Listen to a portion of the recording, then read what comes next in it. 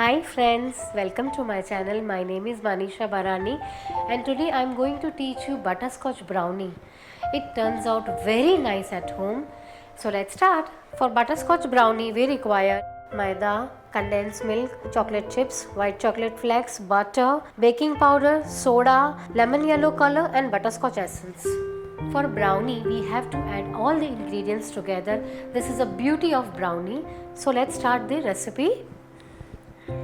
I am taking condensed milk. This is 70 grams condensed milk.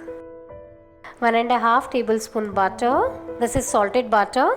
50 grams maida. 2 tablespoon white chocolate flakes.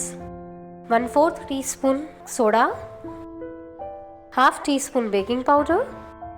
Half teaspoon butterscotch essence. I am adding 1/4 teaspoon lemon yellow color. 50 ml milk.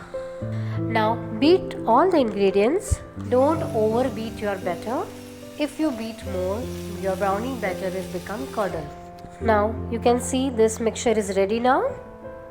This is 6-inch square tin. I am adding this batter in the tin.